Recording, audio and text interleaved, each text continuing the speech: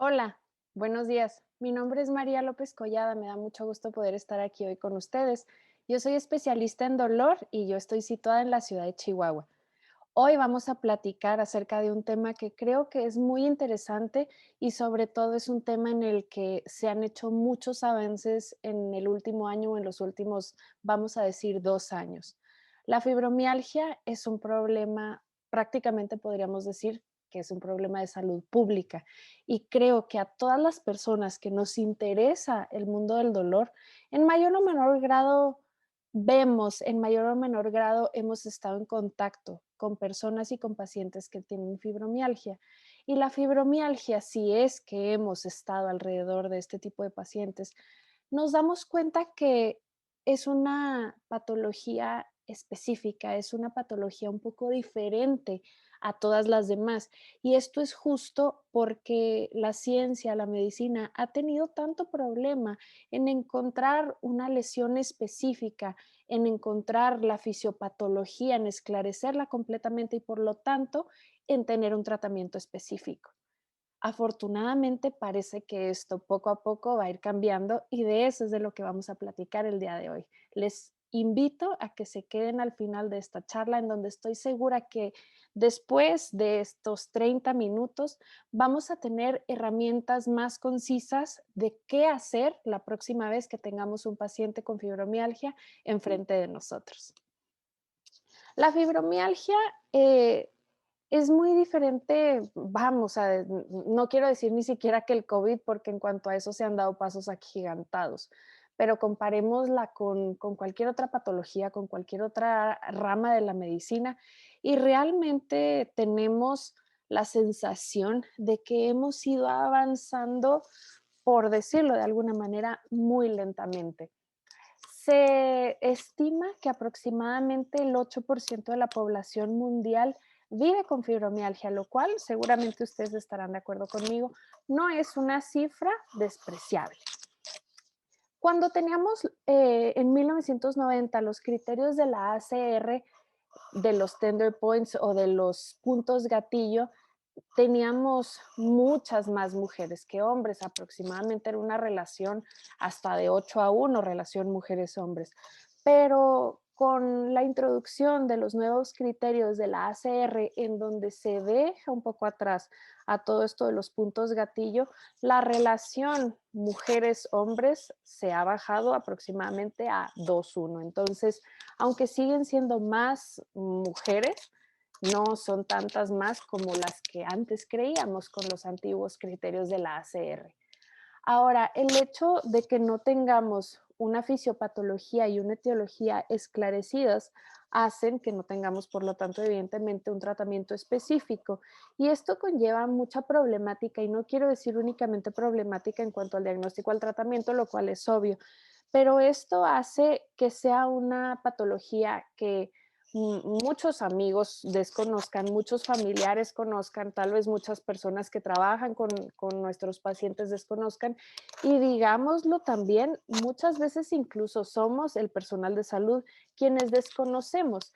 Al desconocer la causa exacta y al desconocer que vaya que cada vez se va encontrando causas un poquito más, digamos, concisas o tangibles, puede haber mucha incomprensión alrededor de las personas con fibromialgia y esto le pone, creo que una carga adicional, sobre todo una carga social adicional. Todavía existen personas en el ámbito de la salud que piensan que la fibromialgia no es una enfermedad, llamémosla real. Entonces, todo esto lleva mucha incomprensión y por lo tanto frustración que cualquier persona con dolor crónico tiene, se multiplica, se duplica.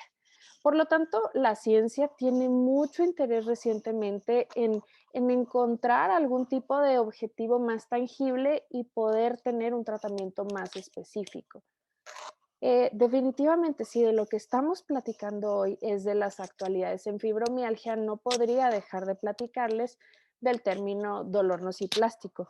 El término dolor nociplástico fue acuñado recientemente por la IASP, que es por sus siglas en inglés, la Asociación Internacional para el Estudio y Tratamiento del Dolor, para el estudio del dolor, en donde hablan del dolor nociplástico como como un dolor que surge, sí, de una nocicepción alterada, pero se saca un poco y se separa, digamos, un poco de lo que conocíamos como dolor, todo este dolor que surgía por una nocicepción alterada, en donde sí se encontraban algún tipo de alteración en el sistema somatosensorial, que este es el dolor neuropático. Antiguamente teníamos a la fibromialgia bajo la clasificación de un dolor neuropático de origen central. Sin embargo, para muchos expertos hizo mucho más sentido acuñar el término de dolor nociplástico y meter a la fibromialgia dentro de esta clasificación, porque muchas veces no podíamos decir que fuera un dolor neuropático porque muchas veces se carece incluso de algún tipo de evidencia que nos diga que hay una lesión en el sistema somatosensorial. Entonces, hablamos de la fibromialgia como un dolor nociplástico, es decir, como un dolor que existe, evidentemente de una nocicepción alterada, pero esta nocicepción alterada sucede aunque no tenemos una evidencia clara de un daño tisular, ya sea real o potencial. Básicamente esa es la diferencia.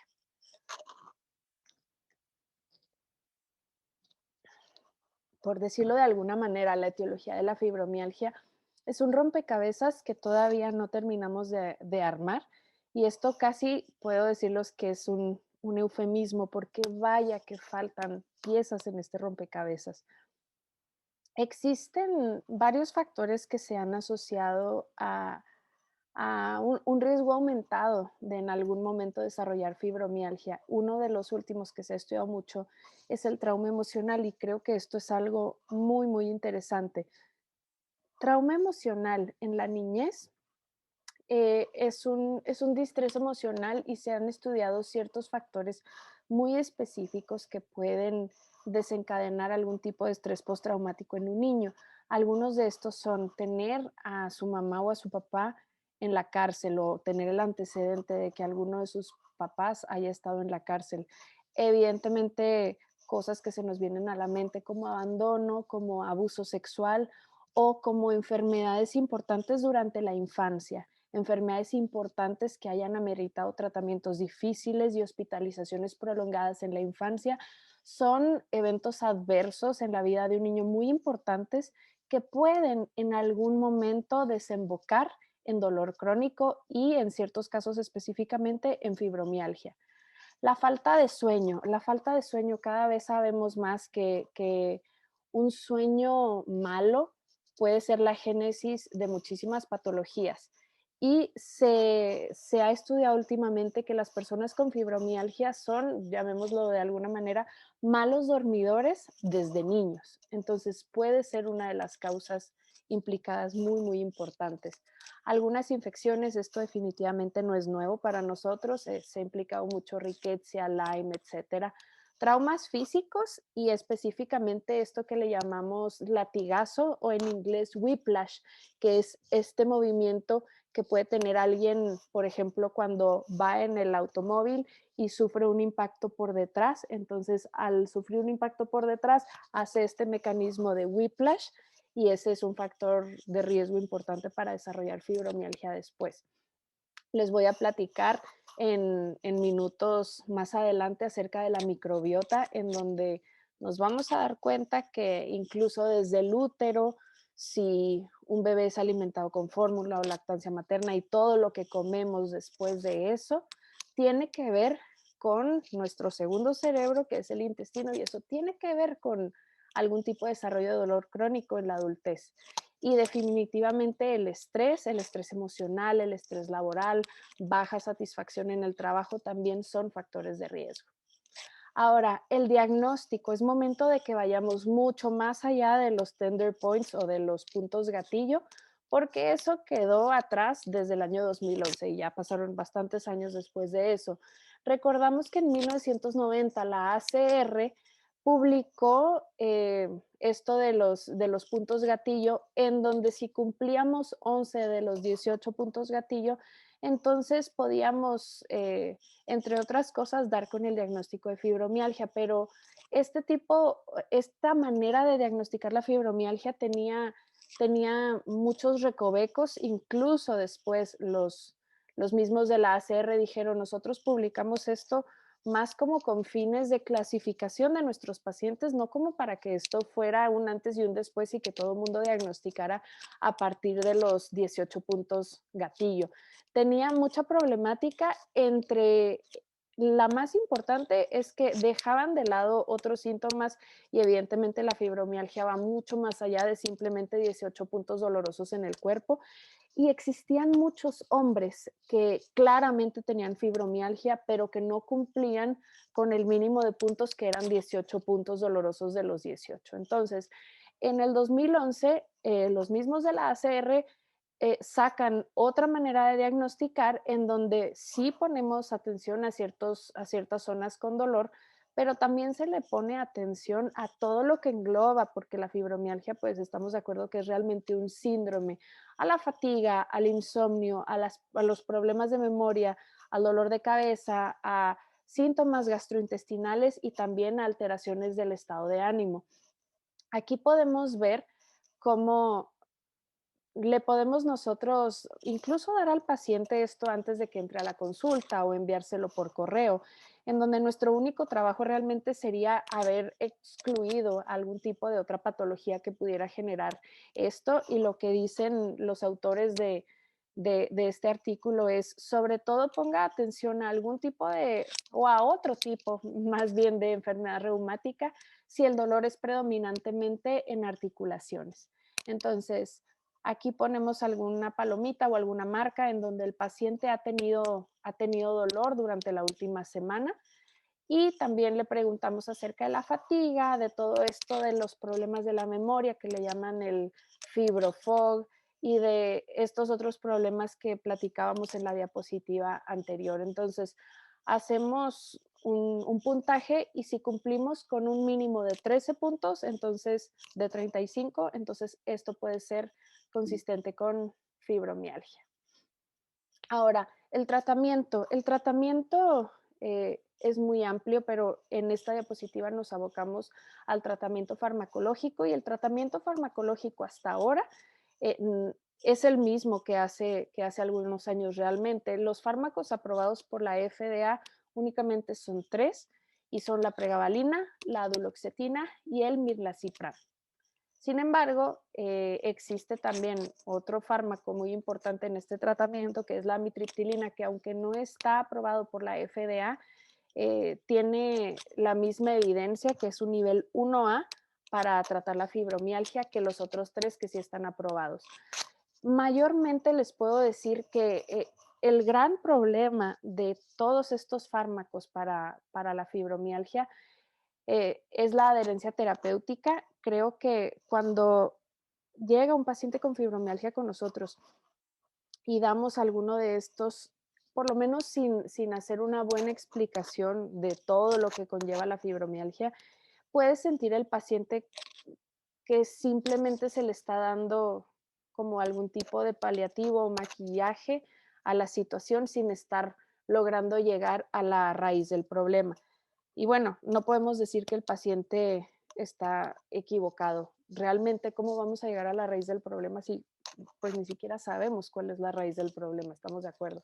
La eficacia es otro problema porque estos fármacos tienen NNTs de 4 si nos va bien, entonces no a todos los pacientes les va a ir bien, no todos los pacientes van a tener una mejoría y los efectos adversos nos lleva de nuevo al primer problema, que es la adherencia terapéutica. Muchos pacientes van a terminar abandonando este, este tratamiento por los efectos adversos de alguno de ellos.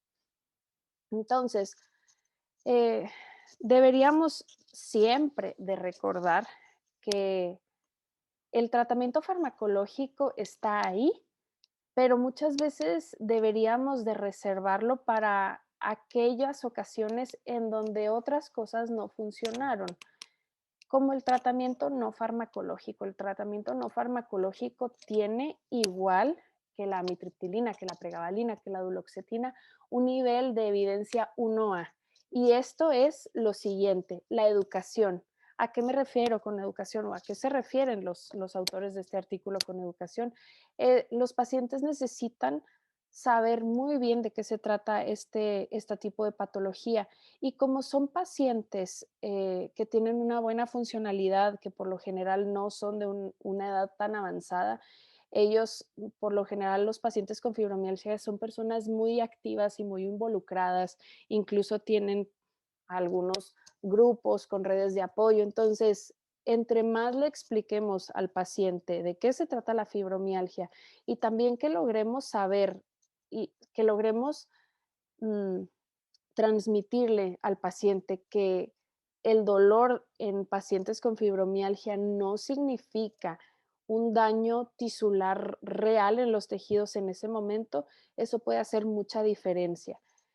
Muchas personas a la hora de recibir un diagnóstico de fibromialgia nunca es fácil y no me refiero a recibir la noticia, sino realmente el, el camino que un paciente tiene que recorrer para llegar al diagnóstico de fibromialgia suele ser un camino difícil, un camino muy largo, en donde acudieron a un médico, a otro, y tardaron a lo mejor meses, si les va bien, o si no, años en lograr dar con un médico que les dé el diagnóstico. Entonces, a la hora de dar el diagnóstico, muchas personas dicen que la ansiedad baja muchísimo ya por lo menos teniendo un nombre de qué es lo que me está pasando y qué es lo que voy a hacer ahora.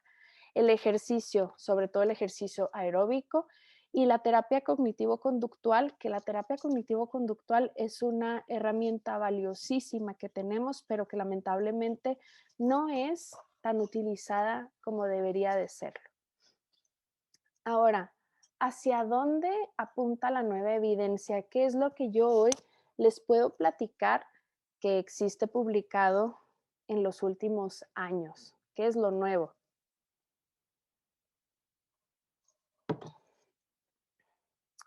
Algo de lo que tendríamos que empezar a platicar es de un posible origen inmunológico en la fibromialgia. Esta primera es una investigación sueco-inglesa en donde se reportaron autoanticuerpos IgG implicados en la génesis de la fibromialgia.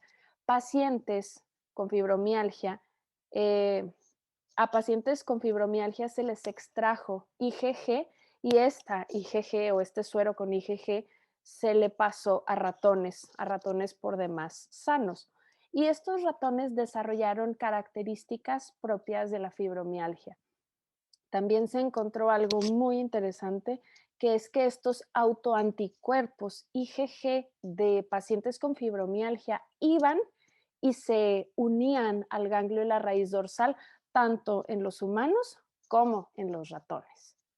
La IgG de los pacientes con fibromialgia produce una hiperalgesia y esta hiperalgesia se produce al sensibilizar a neuronas nociceptivas aferentes y esto sugiere que tal vez terapias dirigidas a disminuir las concentraciones de esta inmunoglobulina podrían llegar a ser un tratamiento importante en esta patología. Ahora, ¿qué hay de las fibras pequeñas y de la fibromialgia? Hay mucho que hablar en este respecto. Las alteraciones se han encontrado a varios niveles en las fibras pequeñas. Tenemos, por un lado, alteraciones en la función, en el número, en las propiedades eléctricas y también en la morfología. Y esto se ha encontrado en pacientes con fibromialgia. Y vaya, aunque estos cambios en las fibras pequeñas definitivamente no podemos decir que son exclusivos de la fibromialgia, bueno, esto sí se describió por primera vez en subgrupos de pacientes con fibromialgia, sobre todo en subgrupos de personas con fibromialgia de grado más severo. Las razones por las cuales exista como esta patología de fibras pequeñas aún no se conoce al 100%, pero existen varios estudios en esta área. Predominantemente se conoce a la fibromialgia o se conocía a la fibromialgia, ¿no? Como un síndrome de sensibilización central.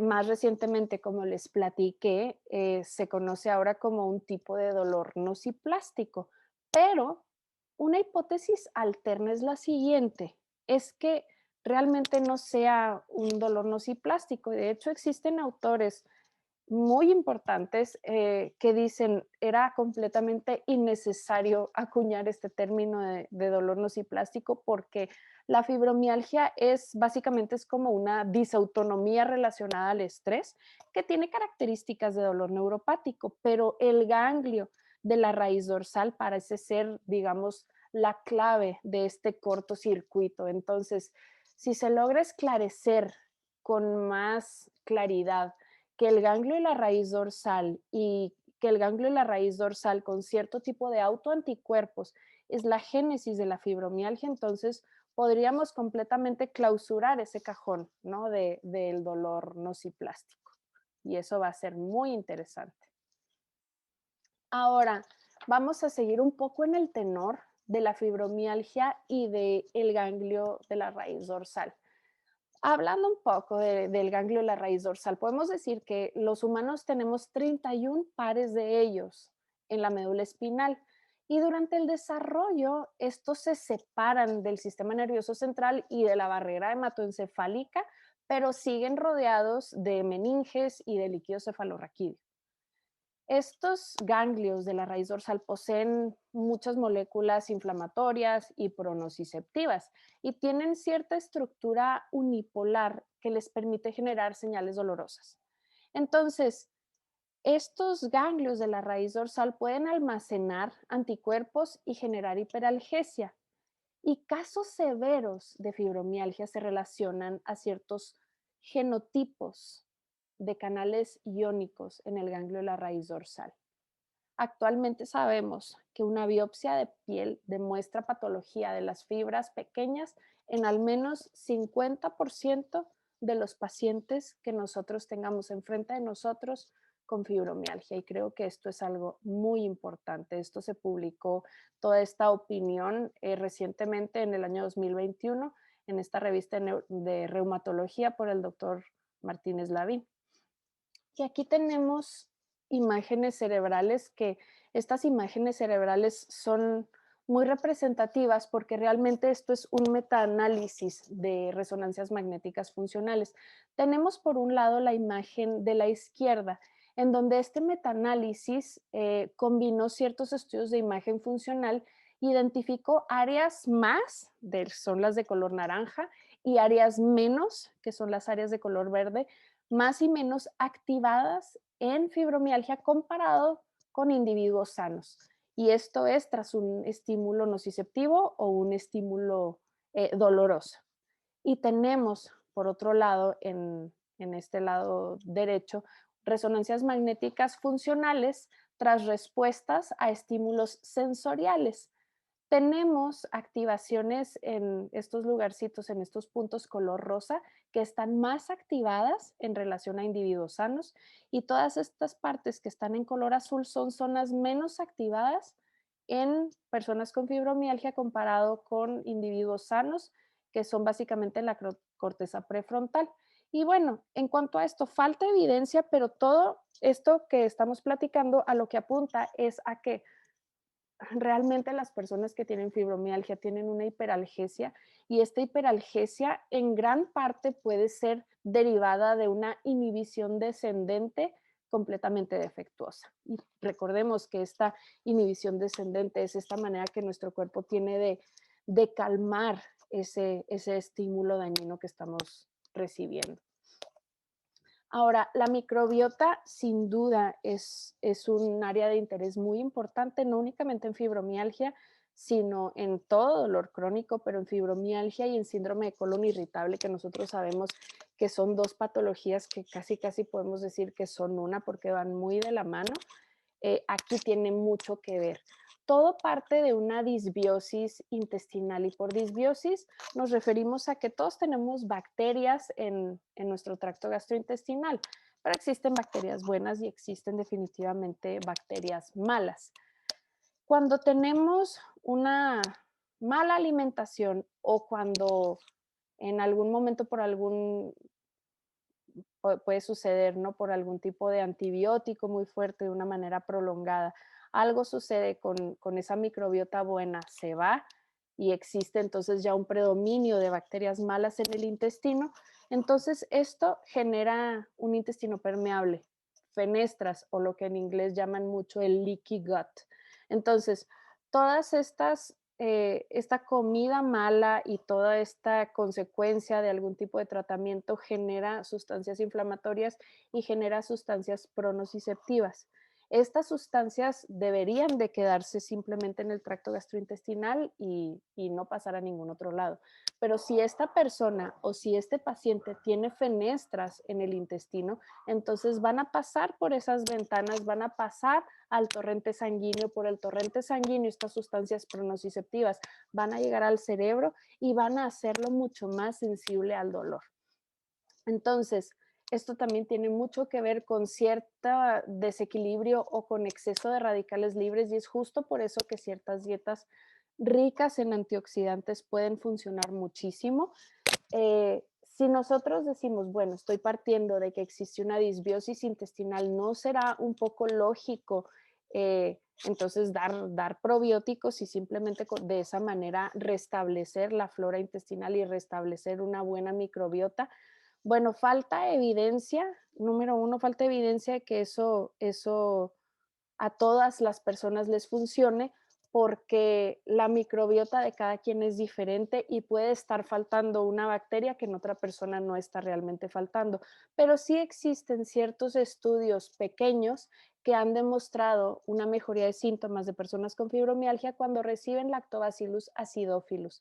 También existe un caso reportado en donde hubo una remisión completa del cuadro de fibromialgia, sin embargo, fue una remisión completa durante 4 semanas y después no sabemos qué es lo que pasó con esa paciente al recibir un trasplante fecal. Y un trasplante fecal, pues básicamente es por medio de una colonoscopía, recibir heces de un donador a quien se sabe que tiene una buena microbiota y recibir ese trasplante fecal partiendo de que algo que está generando muchos síntomas es justamente este predominio de bacterias malas en el intestino. Un tipo de alimentación que tiene mucha evidencia de mejorar los síntomas es la alimentación mediterránea. Y la alimentación mediterránea es básicamente mucha fruta, mucha verdura, frutos secos, nueces, aceite de oliva como principal grasa de adición, pescado, salmón, y limitar un poco todo esto de vino, carne roja, etcétera. La dieta vegana también tiene evidencia y también la dieta baja en FODMAP, que la dieta baja en FODMAP son los fermentables de oligodimonosacáridos y polioles. Suplementación. Siempre vamos a necesitar tener como esta respuesta a nuestros pacientes porque siempre es una pregunta que nos van a hacer. Doctora, ¿puedo tomar vitaminas? ¿Qué tipo de vitaminas me van a ayudar? Etcétera. Lo que tenemos un poco más de evidencia y bueno, estamos hablando de una revisión sistemática y de un metaanálisis, así que no es un nivel de evidencia pues nada despreciable. Tenemos evidencia de que la alga clorela disminuye los síntomas. Tenemos evidencia de que la cúrcuma tiene el mismo NNT que la duloxetina, pero definitivamente los efectos adversos son muchos menos, entonces puede ser una muy buena opción para personas con fibromialgia. El ginseng disminuyó los puntos dolorosos. La coenzima Q10 mejora el dolor, la fatiga y el sueño. Ciertos probióticos mejoraron el dolor y también la cognición. Y si hay algún paciente o alguna paciente que se queje mucho de todo esto que le llamamos la fibrofog, tal vez los probióticos puedan ayudarle. Y también tenemos evidencia de mejoría con el ácido alfa-lipoico. Esto es lo nuevo que les preparé y estas son las actualidades en esta patología tan interesante que llamamos fibromialgia. Muchas gracias por su atención.